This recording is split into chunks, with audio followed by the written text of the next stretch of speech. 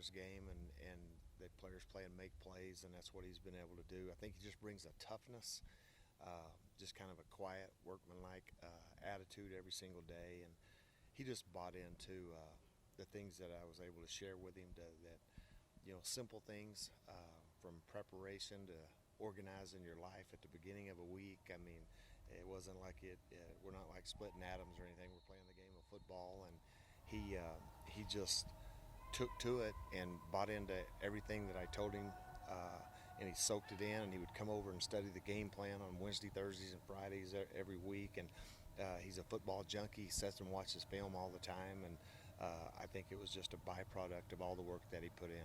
How many situations have you ever gotten in a situation like this where you have a bunch of seniors that you come in and you're a new coach and they kind of have to adapt to you? And has anyone ever done it as well as maybe he has? I don't think so. I mean, I never. Almost 1 year ago to the day, like with any young man during a coaching change, it's emotional because they were recruited by those coaches, and Jordan was no different than everyone else. And so I'd heard the rumors that, hey, there was, maybe talk that he might, be looking to maybe move on somewhere else, or whether it be the NFL or whatever. And we just sit down, we had a heart-to-heart talk, and I just told him, I said, if you'll just listen to what I say and you just trust us, I know that you don't know me, but if you'll just do this, it'll be the best decision you've made in your life. And I think he'll probably admit to you that may be one of the best decisions he's made in his life to this point. Go ahead. For you, what are those NFL level traits that you see?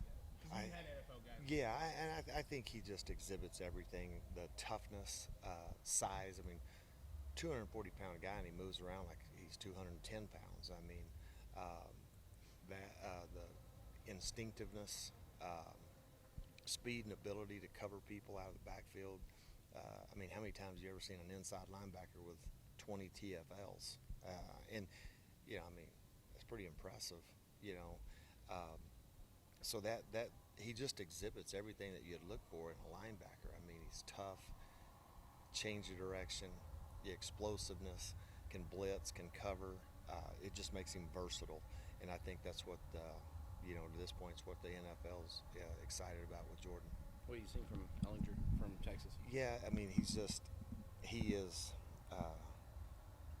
the cog that makes that thing go. I mean, you got to tackle the guy. I mean, some of the plays that he makes, even in that Baylor game, there's one throw where they've got him in the end zone.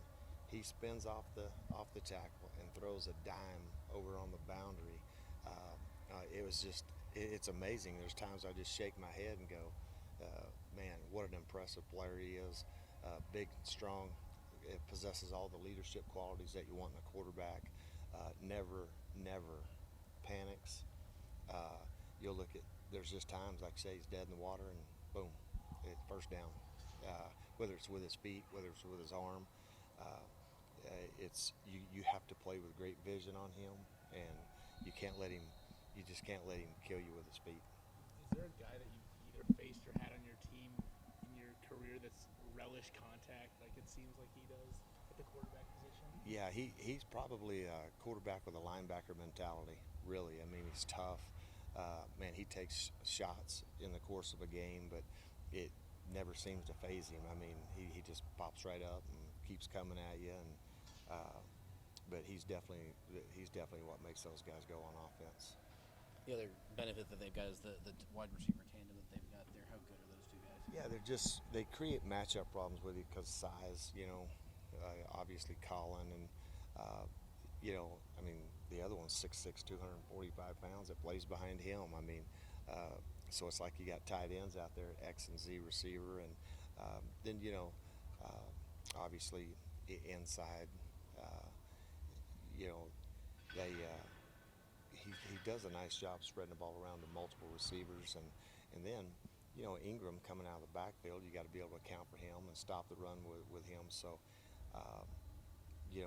they can spread you sideline to sideline and try to run the football, but we just got to got to do a good job defending inside out and try to force them to throw the ball to the outside part of the field. Is there anything you can take from what Baylor did against them last week to try to have some success? Yeah, I think so. If you look at Iowa State and Baylor, Kansas State and TCU had success in their own different ways because they're different than probably Baylor and Iowa State. But I just still, no matter if it's a four-man front or an odd front, I just still try to study the game and how they tried to attack those guys, because there's still some similarities at times in coverage, and just try to get into the head of the offensive coordinator and see how they're going to try to attack you.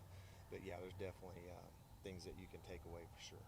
Coach, I'm curious, because maybe to the more uninformed in terms of schematics of football, when you bring a blitz and the quarterback's able to break the pocket, sometimes a little seems easy. Is that what causes something like that to happen? Because to me, it just seems like you bring more guys, you wouldn't be able to escape like that. Yeah, well, let's just talk about 3rd and 10. First of all, it wasn't a blitz; it was a false pressure. Basically, you give them the illusion they're going to blitz because they know I'm going to blitz or they think I'm going to blitz. So I put 6 guys up on the line of scrimmage, but I only brought 4, and we didn't execute it. We ended up having a breakdown. Somebody added in. But if you go back to the very first series of the game, ran the same call, and the guy almost threw us an interception. He threw it right at Broderick. So in that particular 3rd down, it was a breakdown on our part. We're giving the illusion we're bringing 6, we're bringing 4. We're supposed to cop out, spy the quarterback, and he runs for a 1st down. Difference in winning and losing is about that much in college football, and those are the things that are tough. If you look at the one against TCU, Rico's got the guy around the waist. And it's almost like everyone else kind of started going when they see Rico getting around. It's almost like he just let up maybe a split second, and then all of a sudden now the guy's out on air and he can run sub 4.4, whatever. Now it's a foot race. It is the, it's the risk that you take when you do break yourself down in coverage because you're playing man and you're trying to be aggressive, and we just have to do a better job in those situations of executing on our part, because on both those instances it was really more to do with us than it was to do with great execution by the offense. You mentioned some of those the breakdowns that you guys had on defense, but what were some of the highlights from this game that you really could use as an example of this is what you guys are doing right, this is what we've been looking for? Yeah, I thought again we've made some changes in the red zone that I think have really helped us. I think we got off the field 75% of the time, forced 3 field goals down there in the red zone. I think 3rd down defense was good. You'd love to have that last 3rd and 10 back to give our offense one more chance to see if we could take the lead. That was really good. For the most part, I thought we did a nice job. After watching them run the football again, the Oklahoma game, I'm just sitting there like going, geez. Because they present challenges with that jet sweep motion and running the quarterback power. When you have an effective runner like Thompson, you have to defend inside out, but you got to be sound on the perimeter as well. So I thought we did a great job of that. They had the one, we had a misfit on the one run that they did have when they handed the ball off on the zone. But other than that, I thought our run fits were pretty tight most of the night, and just that 122-yard run right there toward the end of the game kind of was probably the most productive run they had all night long, I thought. There's guys like Jordan and Doug who are going to get the headlines, and for good reason. But is there an unsung hero or maybe unsung heroes on the defense for you? That's probably something that I'll maybe be able to determine once I go back and truly evaluate every single play from the season and evaluate what we did well and what do we need to adapt and how do we need to adapt to this league. And even I mentioned this last week, adapting to our offense since Jett has come in and maybe taking fewer chances and fewer pressures, more calculated maybe is a better word for it. Individually, I think I know that guys that have really improved. I know that Xavier Benson has really probably since the West Virginia game had three, I feel like really good football games. I mean, you're talking about a young kid that's a redshirt freshman. He's been dual training for three different positions over the course of the last 3 weeks, and to be able to go out and perform the way he has, I've been very proud of him. Um, like you say, there's just a lot of guys. I hate to start dropping names because then leave somebody out. But like you said, I mean, we've made strides. We're obviously not anywhere close to where we want to be, but I do think we're showing signs. We just got to develop consistency to become a championship level defense for sure. With the end of the season coming up this week, you've got the early signing period coming up. Without talking about a specific recruit, what are some of the big positions you're hoping to take care of for signing day? I think right now it's really fairly balanced at every level. I mean, we're looking at guys up front, looking at bringing in guys in the middle at linebacker, and then I think probably safety specifically is most of our guys. We got a lot of cornerback type bodies on our roster right now, so I think we got to get feel the need at safety would probably be a big need. You mentioned a moment ago Xavier training at three different positions. You're referring to what all spots? Spur, Willie, and Sam.